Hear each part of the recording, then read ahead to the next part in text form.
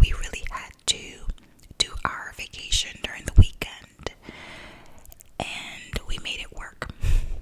The original plan was for us to drive to Sequoia National Park, but due to weather, we couldn't.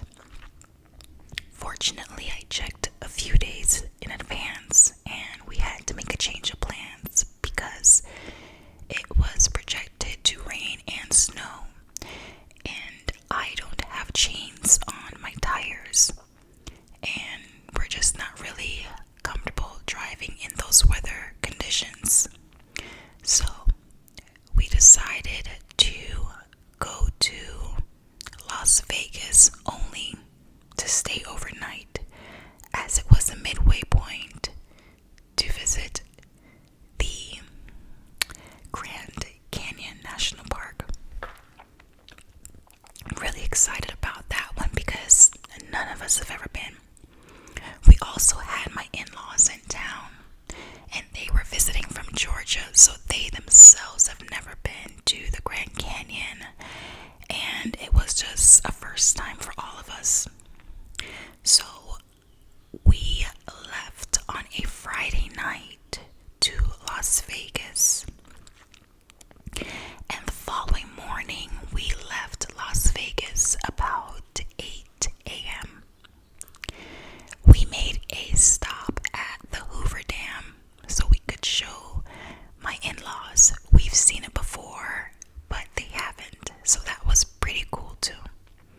So we drove over, we pulled over aside the Hoover Dam, we took photos, and now I don't know if you guys know this or not, but the Hoover Dam literally sits in between two states.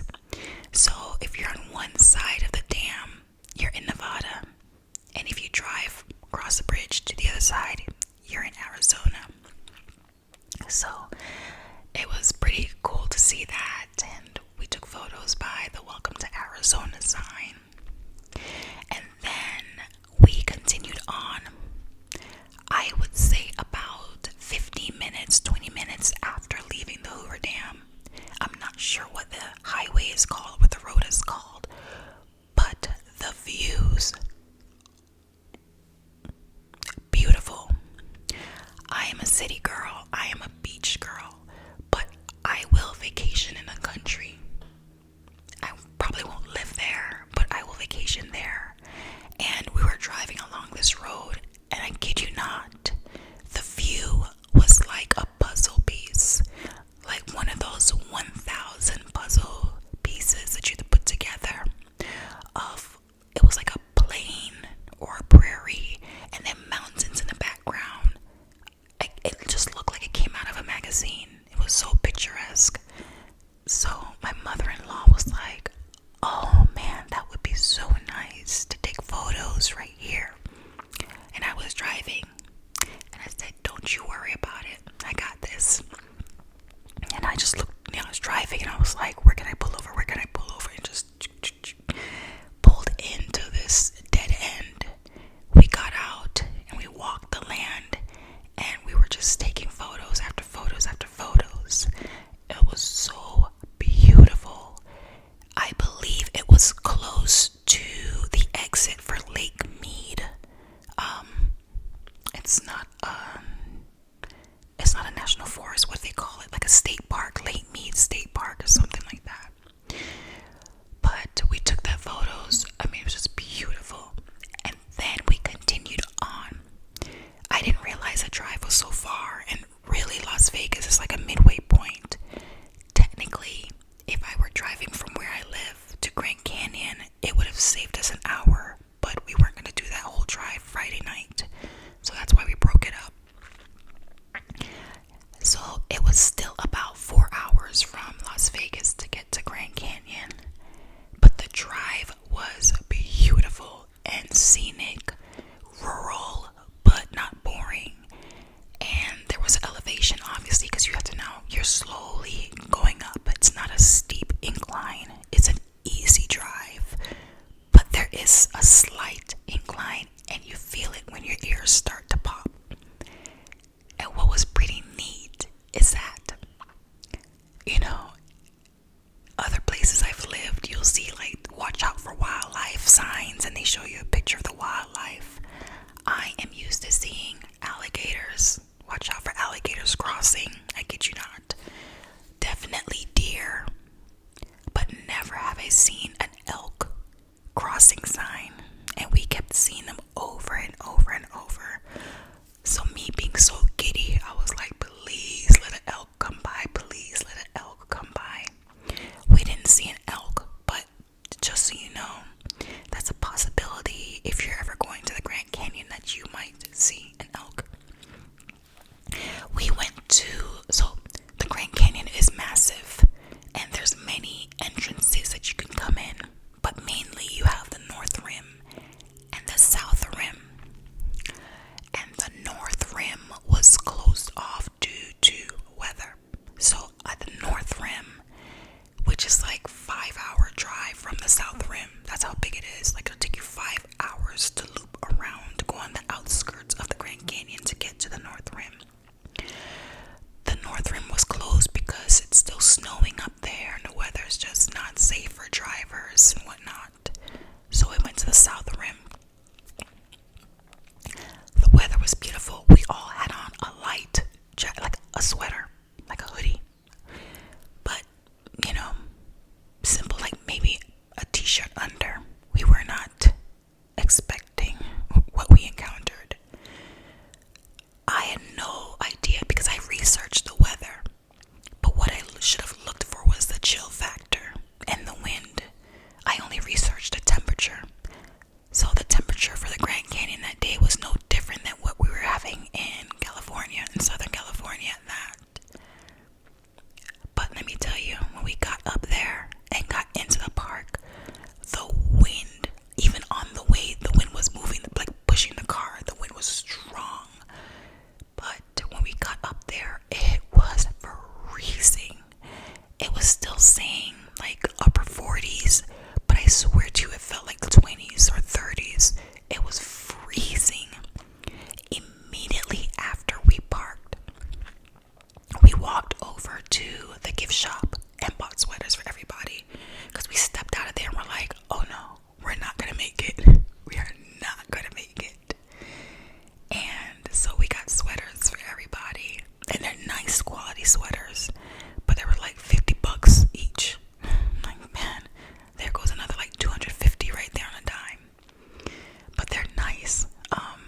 I should have brought it to show you guys, but the kids, it's like all adult size sweaters, so we just got them like very small, which is good because then they'll have room to grow into it. But it says Grand Canyon on the front, and then on the back it has an image of like the Grand Canyon and what hiking trail is this and what point is this. So we got sweaters, and right in that same area, it's a big area that has the gift shop, bathrooms, and then you have the welcome center, visitor center, where it's more educational imagery and pamphlets about the Grand Canyon. And they had some park rangers there, and the kids were able, if they completed like a page of this book here,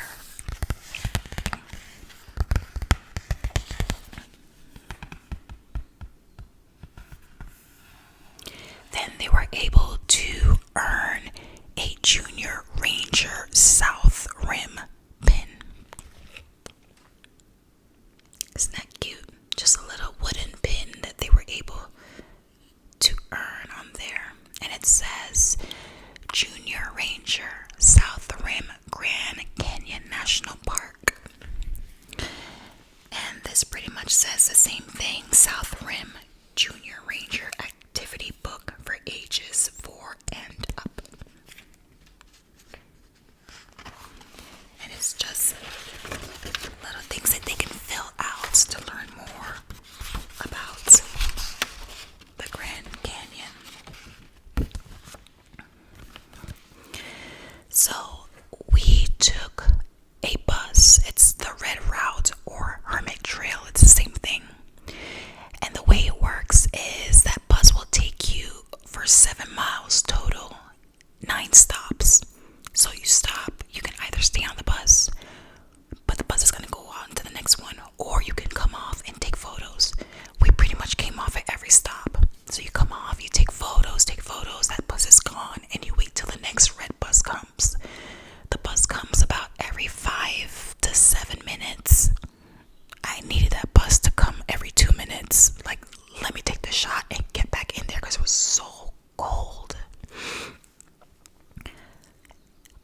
me tell you about the views. I mean, Grand Canyon National Park is probably maybe the most, or on the top 3 most popular national parks in the entire United States.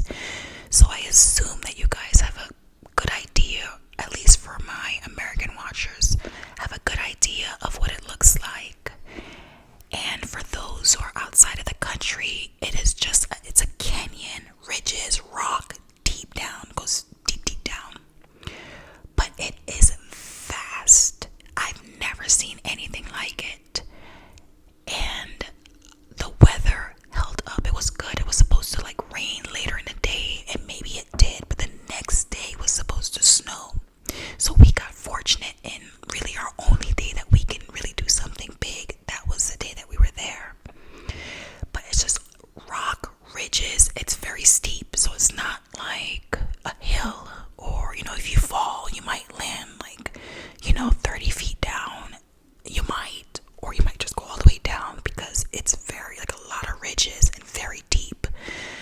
The colors were amber, brown, rust. I mean, just beautiful earth tones.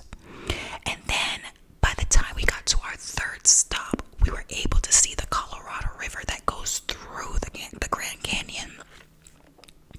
There are also hiking trails that you can take to go deeper into the canyon, and I believe there's one that takes you all the way down. I don't know if you access it from the very top, or if there's another entrance you take that brings you somewhere else closer. I'm not too sure, but I assume that's not a trail you go on your own. You probably go with a ranger or a tour guide, my assumption. Or you must be very skilled and probably have a permit. I think you have to have a permit to hike those trails. Basically, don't hold us accountable if something happens to you. There are also helicopter tours that can take you into the Grand Canyon. I didn't see any helicopters swirling around when we were there, but in Las Vegas, when we came back, I saw them advertising. I guess there's an area that you can do certain tours that are nearby, and one of them was a Grand Canyon tour, and in particular it was a helicopter tour of the Grand Canyon. I imagine that must be so stunning, a little scary, but very, I mean, the views, you can't top that if you're in a helicopter looking straight down. But it is definitely, I mean, it's one of those things you have to do at least once. Is it something you have to do over and over? You can, if that's your thing, but I don't think it's necessary. However, at least once, if you're living in the US, yes, absolutely. There are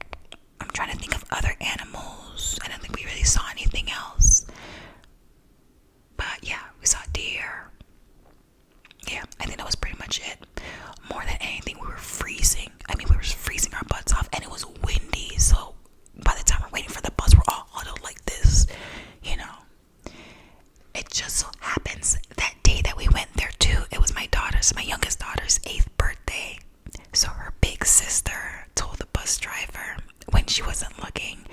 And he made an announcement and had everybody turn around to sing happy birthday to her. And she was just like, she was so excited. It was really, really sweet to see and very kind of them to do that. But all in all, we had a great time, a wonderful time. The drive back was scary. Actually, it did rain. It did rain on the drive back, and that was scary because it was getting dark. Like by the time we left, it had gotten dark, and we had a good drive to go, like 5 hours just in the rain. And you remember we're out there in a rural area, so there's not a lot of lights. I mean, we were relying on the truck in front of us to kind of help guide us because there wasn't any reflectors on the road. I'm like, what's going on? There wasn't reflectors on the road. There was no towns really. From one town to the next was like an hour and a half. So it was just pitch black and just this heavy, heavy downpour. So that was scary. But, thank God we made it home safely. So the following day was just a chill day in Las Vegas. My in-laws have never been to Las Vegas, so that was a shock for them. My mother-in-law is a big church lady. I mean, she was born and raised in the Bible Belt in Georgia. So she was like, I don't know about all this. Though my father-in-law was raised the same way, he is a Vietnam veteran, so he has seen the world. So nothing shocks him. And he loved it. He loved it. We took the kids to the M&M store, and my in-laws, they loved that. That was fun. That was just cute for them to see, and being kids, and everybody gets their little M&M paraphernalia to take home. And then at night we went to a speakeasy. It's a restaurant but operates like a speakeasy. So basically, when you pull up to the restaurant, you knock and they open the door, but then you have to wait. And then you ring the doorbell. The doorbell is like right in front of you. But what you don't realize, because it's a dark room, but you don't realize there's a little door for you to stick your head out. And the guy sticks his head out. What do you want? And so I jumped. I was like, ah. And my husband's been there before, so he knew. He set me up. And then,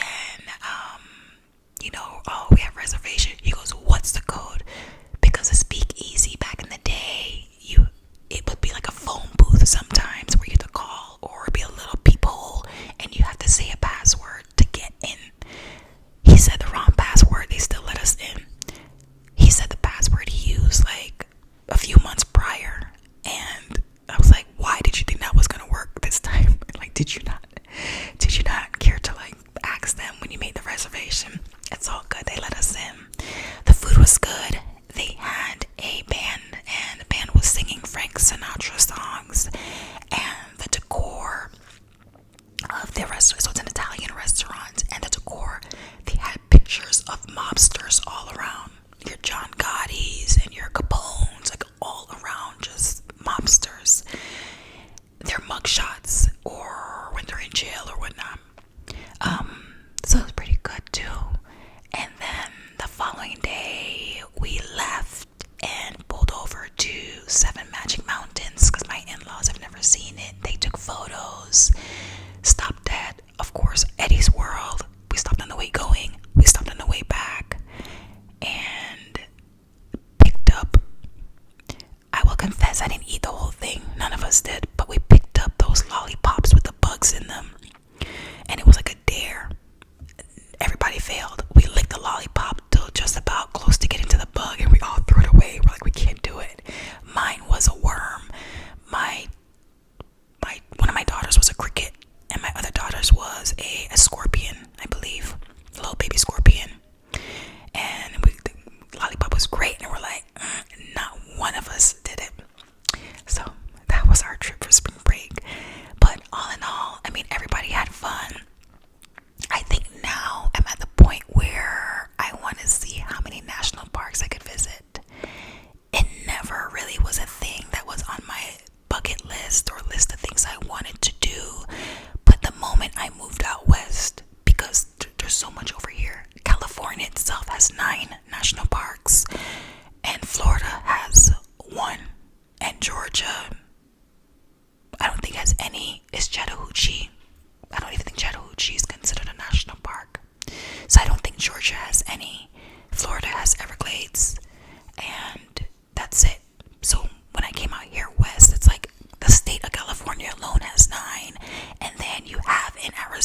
have in Utah, like you have in these neighboring states or states you could drive to, that now I am more interested than I ever was before.